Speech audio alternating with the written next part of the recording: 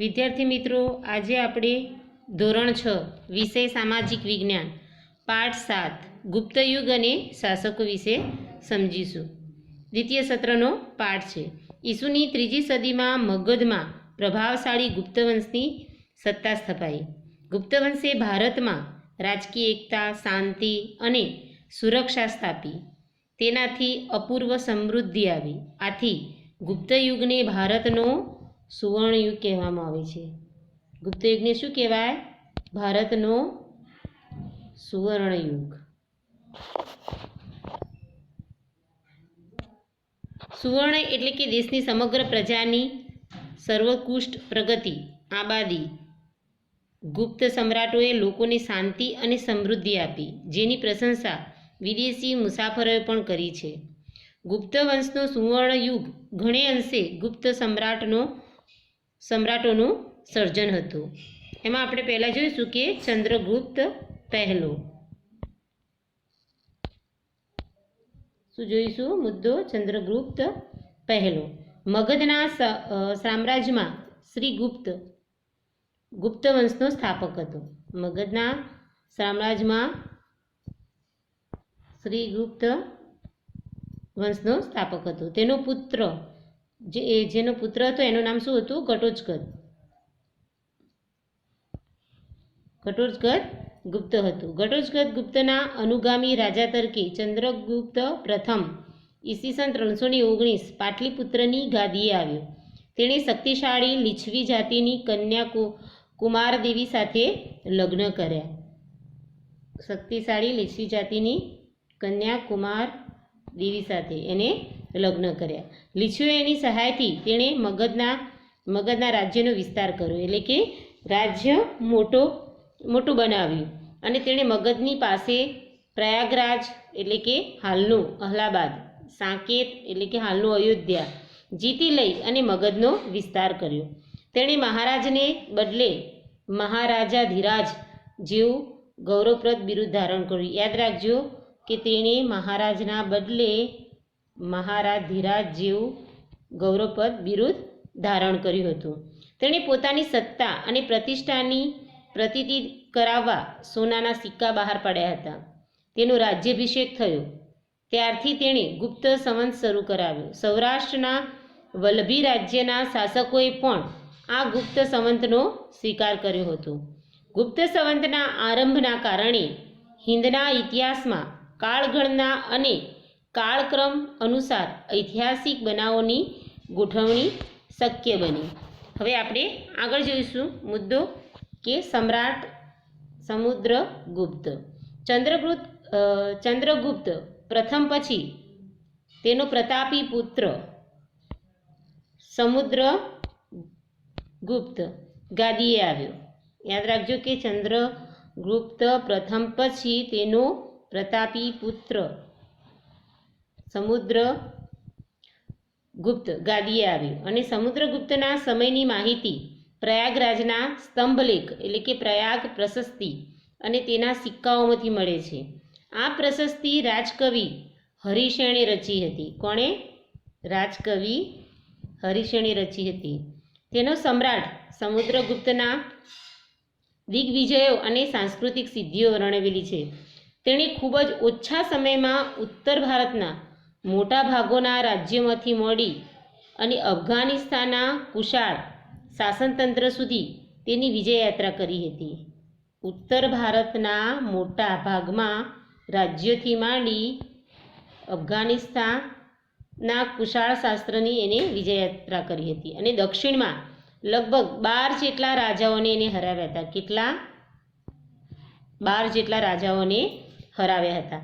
તેણે આ રાજાઓને હરાવીને તેમના રાજ્યો ખાલસા કરવાના બદલે તેઓને ખંડિયા રાજાઓ તરીકે ડાફણપૂર્વક પુનઃસ્થાપિત કર્યા, એટલે કે ફરીથી એ રાજ્ય સ્થાપિત કર્યા. રાજ્યનો વહીવટ ચલાવવા રાજ્યપાલો અને અધિકારીઓની નિમણૂક કરવામાં આવતી. સમુદ્રગુપ્ત મહાન વિજેતા અને સંસ્કારી. સમુદ્રગુપ્ત કેવો હતો? મહાન વિજેતા અને સંસ્કારી સમ્રાટ હતો. કેવો હતો? મહાન વિજેતા અને સંસ્કારી. તેની સાહિત્યિક સાહિત્યિક સિદ્ધિઓ તથા ચારિત્ર્ય પણ નોંધપાત્ર હતા. તેણે અનેક કાવ્યોની રચના કરી. કવિરાજનું બિરુદ મેળવ્યું. એને એનું બિરુદ મેળવ્યું? કવિરાજનું. એને અનેક કાવ્યોની રચના કરી અને કવિરાજનું એને બિરુદ મેળવ્યું. અને કમનસીબે તેનું આજે એક પણ કાવ્ય મળતું નથી. એક સિક્કામાં સમુદ્રગુપ્તને વીણા વગાડતો દર્શાવવામાં આવે છે. તેનો સંગીત પ્રેમ એ દર્શાવે છે. એમ કે એક સિક્કામાં એને વીણા વગાડતો જોવા મળ્યો છે. એના પરથી કહી શકાય કે સંગીત પ્રેમી હશે. તેના શાસનકાળ દરમિયાન અનેક મંદિરો, બૌદ્ધ વિહારો અને જૈન ઉપાશ્રયો બંધાવ્યા હતા. તેણે અશ્વમેઘ યજ્ઞ કર્યો હતો. તેણે શું કર્યું હતું? અશ્વમેઘ યજ્ઞ કર્યો હતો. આ સંદર્ભે તેણે સિક્કા પડાવ્યા હતા. તેણે પોતાના દરબારમાં વિદ્વાનોને એકત્રિત કરી ઉચ્ચ પ્રકારનું સાહિત્યનું સર્જન કરાવ્યું હતું. જ્ઞાનીઓ તેની અને તે જ્ઞાનીઓની સોબત ઈચ્છતા હતા. એમ કે જ્ઞાનીઓ એમના જોડે રહેવા માગતા હતા અને આ જ્ઞાનીઓ જોડે. તેણે હિન્દુ ધર્મને ઉત્તેજન આપ્યું હતું. તેણે સામાજિક રીત રિવાજોને સ્વીકાર્યા હતા. પ્રાચીન ભારતના ઇતિહાસમાં સમુદ્રગુપ્તનું સ્થાન વિશિષ્ટ અને નોંધપાત્ર છે. કેવું છે? વિશિષ્ટ અને નોંધપાત્ર છે. ગુપ્ત સામ્રાજ્યની મહત્તાનો તે સર્જક છે.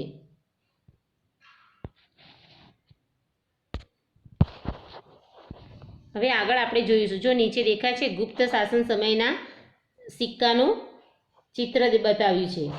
હવે આપણે જોઈશું કે સમ્રાટ ચંદ્રગુપ્ત બીજો વિક્રમાદિત્ય, કે સમુદ્રગુપ્તનું અવસાન થયું તેના સ્થાને ચંદ્રગુપ્ત બીજો ગાદી ઉપર આવ્યો. સમુદ્રગુપ્તનું અવસાન થયું એના પછી એના સ્થાને કયો રાજા આવ્યો? ચંદ્રગુપ્ત બીજો. અને તેણે પિતાએ વારસામાં આપેલ વિશાળ સામ્રાજ્યને સફળતાપૂર્વક સાચવ્યું.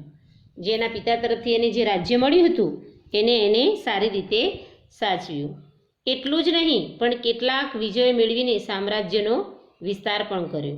એમ કે કેટલા રાજાઓને હરાવી અને પોતાના રાજ્યને વધાર્યું, એનો વિસ્તાર કર્યો, મોટું બનાવ્યું. ચંદ્રગુપ્ત બીજો ગુપ્ત વંશનો સૌથી પ્રતિભાશાળી શાસક હતો. યાદ રાખજો, ચંદ્રગુપ્ત બીજો એ સૌથી પ્રતિભાશાળી શાસક હતો ગુપ્ત વંશનો. તેના સામ્રાજ્યની સરહદો શક રાજ્ય સુધી વિસ્તરેલી હતી. તેણે ગુજરાત ઉપર હુમલો કરી શક ક્ષત્રપ વંશના રાજ્યોનો અંત આણ્યો. આ વિજયની યાદમાં સકારી બિરુદ ધારણ કર્યું. કોણે? ચંદ્રગુપ્ત બીજાએ. કયું બિરુદ ધારણ કર્યું? સકારી બિરુદ ધારણ કર્યું. અને તે વિક્રમાદિત્ય પણ કહેવાયો. સકારી બિરુદ ધારણ કર્યું અને વિક્રમ આદિત્ય પણ કહેવાયો. તેણે 300 વર્ષથી પગદંડો જમાવીને બેઠેલા શક ક્ષત્રપોને હાંકી કાઢવા માટે શક્તિશાળી રાજ્યો સાથે લગ્ન સંબંધો બાંધી અને તેમની મદદથી પોતાના સૈન્ય બળને વધાર્યું. એને શું કર્યું? શક અને ક્ષત્રપોને હાંકી કાઢવા માટે જે શક્તિશાળી રાજ્ય હોય એમના સાથે લગ્ન સંબંધો બાંધી અને એમની મદદથી એ સૈન્ય બળ, જે એમના સૈનિકો હોય એનું બળ વધાર્યું. અને આ લગ્ન સંબંધો તેને પોતાના સામ્રાજ્યના વિસ્તારમાં અને દુશ્મનોને માહત કરવામાં ખૂબ જ ઉપયોગી થયા. જે એને લગ્ન સંબંધો બાંધ્યા એના કારણે દુશ્મનોને હરાવવામાં એ ખૂબ જ ઉપયોગી થયા. તેણે જીતેલો નવો પ્રદેશ ઘણો જ અગત્યનો હતો. ગુજરાત અને સૌરાષ્ટ્રના સમૃદ્ધ પ્રદેશો ભૃગુ કચ્છ એટલે કે હાલનો ભરૂચ અને સ્તંભતીર્થ એટલે કે હાલનું ખંભાત ના ધીકતા બંદરો ગુપ્ત સામ્રાજ્યને મળ્યા. અને પરિણામે રાજ્યોનો દરિયાઈ વેપાર ખૂબ જ વધ્યો અને ગુપ્ત રાજાઓ અખૂટ સંપત્તિના માલિક બન્યા. જો નકશો બતાવે છે ગુપ્ત શાસિત ભારતનો, આ નકશો છે એ જોજો, વાંચજો. ચંદ્રગુપ્ત દ્વિતીયના સમયમાં આવેલા ચીની યાત્રાળુ ફાહિયાને ગુપ્ત રાજ્ય વહીવટના અને ગુપ્ત સામ્રાજ્યની સમૃદ્ધિના વખાણ કર્યા. એને શું કર્યું? ચંદ્રગુપ્ત દ્વિતીયના એટલે કે ચંદ્રગુપ્ત બીજાના સમયમાં આવેલા જે એક ચીની હતા, ચીનથી આવેલા એક યાત્રાળુ ફરવા આવેલા ફાહિયાને ગુપ્ત વંશ વખતના જે રાજ્ય વહીવટ હોય એ અને એને ગુપ્ત સામ્રાજ્યની સમૃદ્ધિના એને વખાણ કર્યા. કોણે? ફાહિયાને. ચંદ્રગુપ્ત બીજો વૈષ્ણવ ધર્મી હોવા છતાં અન્ય ધર્મો પ્રત્યે એને ખૂબ જ આદરભાવ ધરાવતો હતો. તેનો સેનાપતિ આમ્રકારદેવ બૌદ્ધ ધર્મી અને રાજ્યમંત્રી વર્ષેણ શૈવ ધર્મી હતા. સેનાપતિ આમ્રદેવ બૌદ્ધ ધર્મી અને રાજ્યમંત્રી વર્ષેણ એ કોણ હતા? શૈવ ધર્મી હતા. રાજધાની પાટલીપુત્રમાં પણ અનેક બૌદ્ધ મઠો આવેલા હતા. તેના શાસનકાળ દરમિયાન મેળવેલ સંસ્કૃતિ સિદ્ધિઓને કારણે જ ગુપ્તયુગ સુવર્ણયુગ બની શક્યું છે. શેના કારણે? સાંસ્કૃતિક સિદ્ધિઓના કારણે જ ગુપ્તયુગ શું બન્યો છે? સુવર્ણયુગ બન્યો છે.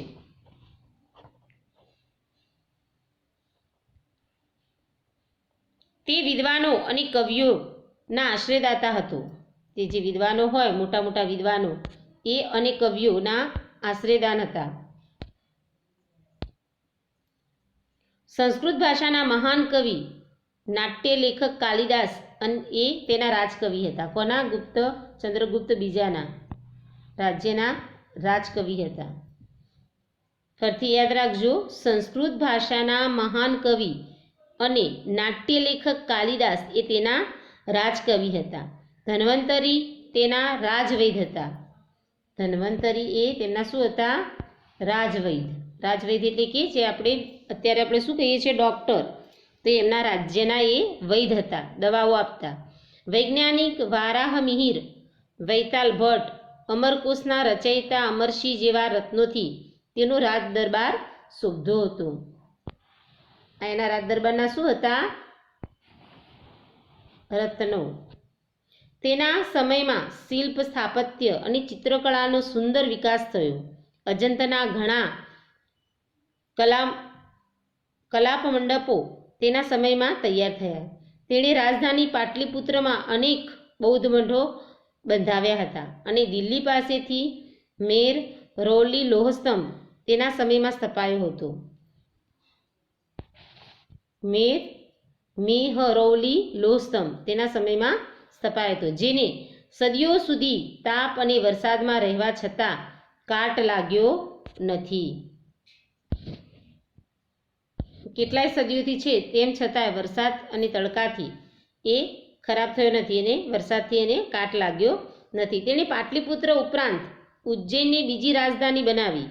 તેને રાજ્યને જુદા જુદા વહીવટી એકમોમાં વહેંચી સુવ્યવસ્થિત વહીવટ ચલાવ્યો અને લગભગ ઈસવીસન 414ના અરસામાં મહાન સમ્રાટ ચંદ્રગુપ્ત આદિત્યનું અવસાન થયું. એનું અવસાન ક્યારે થયું? ઈસવીસન 414ના અરસામાં ચંદ્રગુપ્ત વિક્રમાદિત્યનું અવસાન થયું.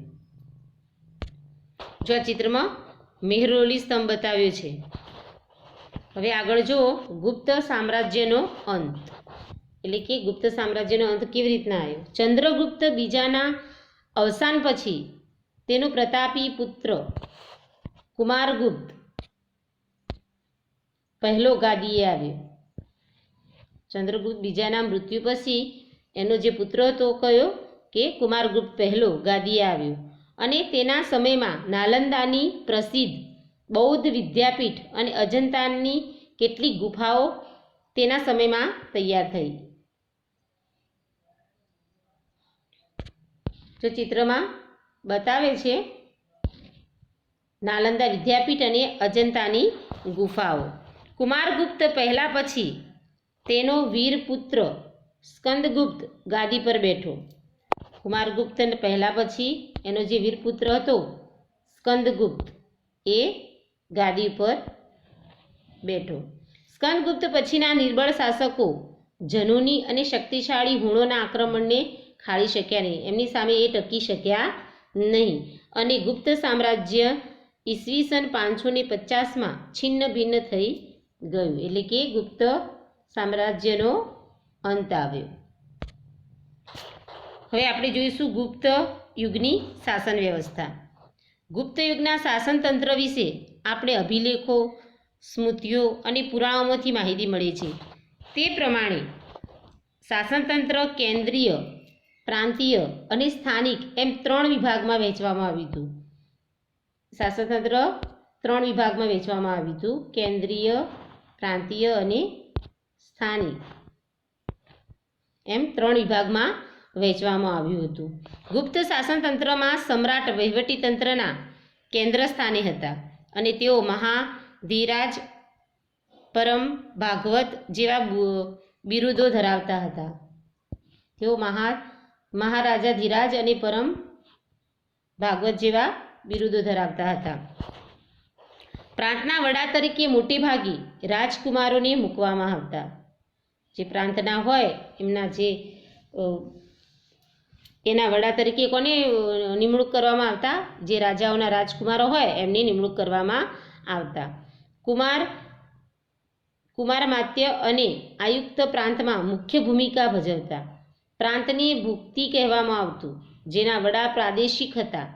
પ્રાંતને જિલ્લામાં વહેંચવામાં આવતું. જે પ્રાંત હોય એને શેમાં વહેંચવામાં આવતું? જિલ્લાને. અને જિલ્લાને વિષય કહેવામાં આવતું. ફરીથી જોઈએ કે પ્રાંતને જિલ્લામાં વહેંચવામાં આવતું અને જિલ્લાને વિષય કહેવામાં આવતો. ગ્રામ કક્ષાએ સમિતિ બનાવવામાં આવતી, જેમાં વડીલો, ગામના મુખી અને અગત્યના વયસ્ક નાગરિકોનો સમાવેશ કરવામાં આવતો.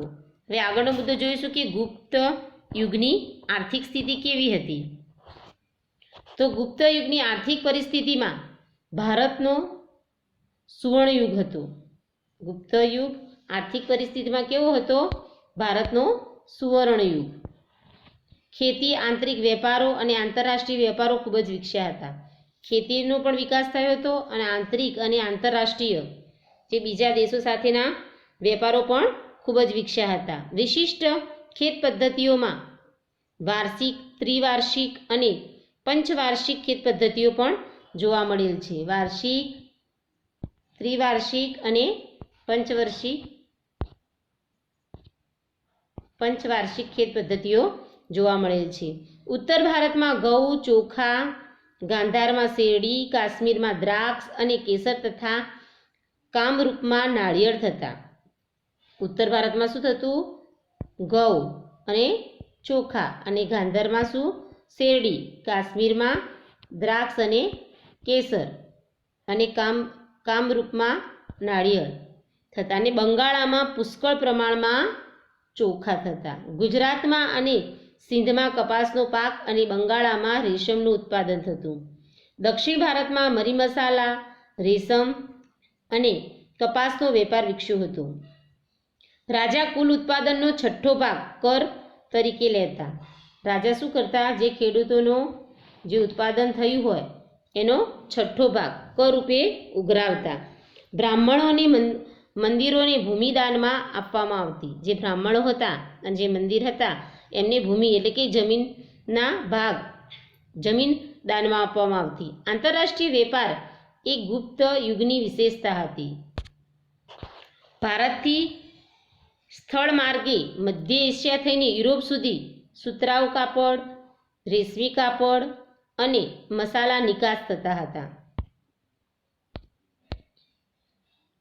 જે ભારતથી સ્થળ માર્ગ એશિયા થઈને યુરોપ સુધી સુતરાઉ કાપડ, રેશમી કાપડનો નિકાસ થતો. નિકાસ એટલે કે જે આપણા દેશમાં પુષ્કળ પ્રમાણમાં થતું હોય એ વસ્તુ બીજા દેશમાં આલીએ એટલે એને શું કહેવાય?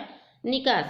તો ખંભાત, ભરૂચ, સોપારા અને તામ્રલિપ્તિ જેવા આંતરરાષ્ટ્રીય બંદરોના માધ્યમથી વિશ્વના પૂર્વ અને પશ્ચિમ ભાગમાં સુતરાઉ કાપડ, રેશમી કાપડ, મસાલા, તેજાના, ઇમારતી લાકડાની નિકાસ થતી. જ્યારે સોનું, ચાંદી અને અન્ય ચીજોની આયાત થતી. આયાત મતલબ કે જે આપણા દેશમાં ના હોય અને આપણે બીજા દેશમાંથી આપણા દેશમાં લાવીએ એને આયાત કહેવાય. હવે આગળ આપણે જોઈશું ધાર્મિક સ્થિતિ. ગુપ્ત યુગમાં હિન્દુ ધર્મ અને સંસ્કૃતિ પૂર્ણ કળાએ ખીલેલા જોવા મળે છે. ગુપ્ત સમ્રાટો વૈષ્ણવ ધર્મ અને રાજ્ય ધર્મનો દરજ્જો આપતા. પરિણામે વિષ્ણુ, તેમના અવતારો શ્રી રામ અને શ્રી કૃષ્ણ આ સમયમાં મદહંસે પૂજાતા.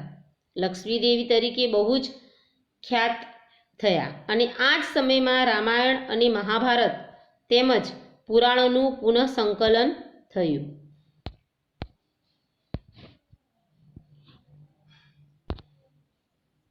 રામાયણ મહાભારતોનું પુરાણોનું પુનઃસંકલન. શ્રીમદ ભાગવત ગીતા આ સમયે ખૂબ જ મહત્વનો ગ્રંથ બન્યો.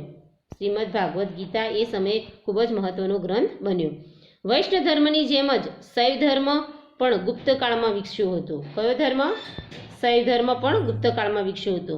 દક્ષિણ ભારતમાં શૈવ સંતો નયનાર કહેવાતા. શું કહેવાતા? નયનાર.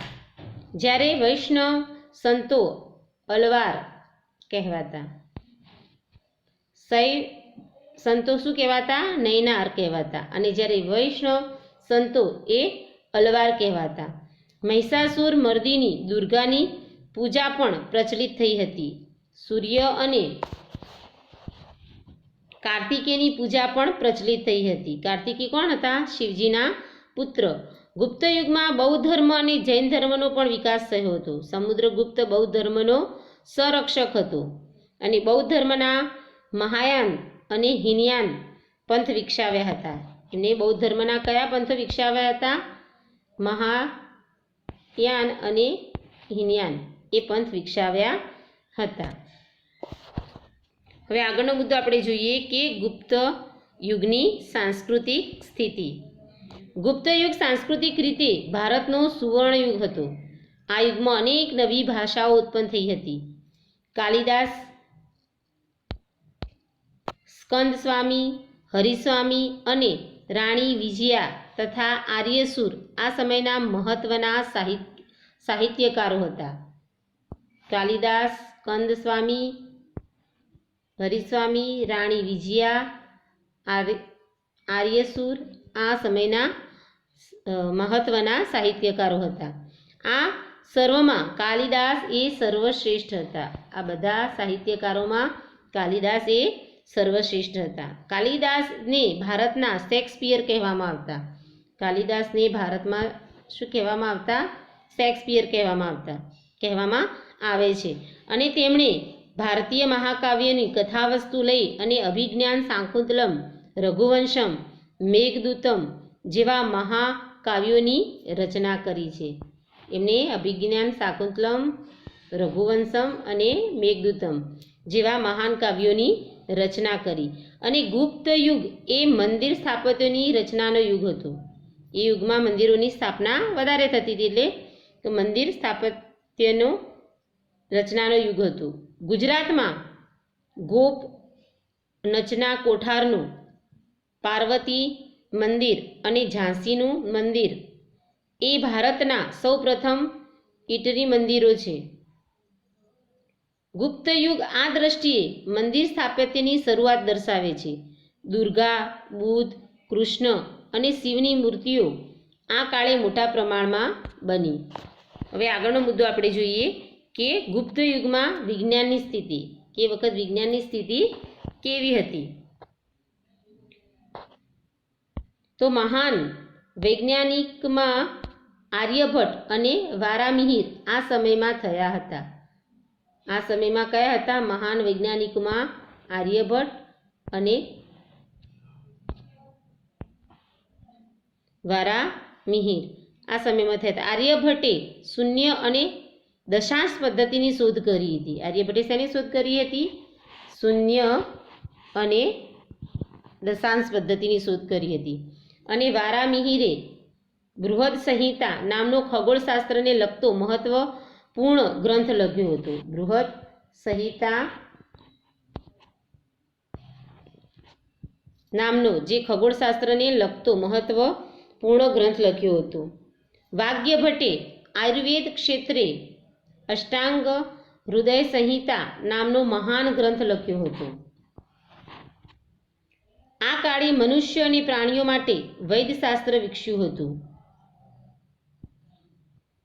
હાથીઘોડા હોય એમની દવાઓ પણ શોધાઈ હતી અને રસાયણશાસ્ત્રનો પણ ખાસો એટલે ઘણો બધો વિકાસ થયો હતો. તેનું સર્વશ્રેષ્ઠ ઉદાહરણ દિલ્હી પાસે આવેલા મેહરૌલીનો લોહ સ્તંભ છે, જેને હજી સુધી કાટ લાગ્યો નથી. હવે આગળનો મુદ્દો જોઈશું કે સમ્રાટ હર્ષવર્ધન.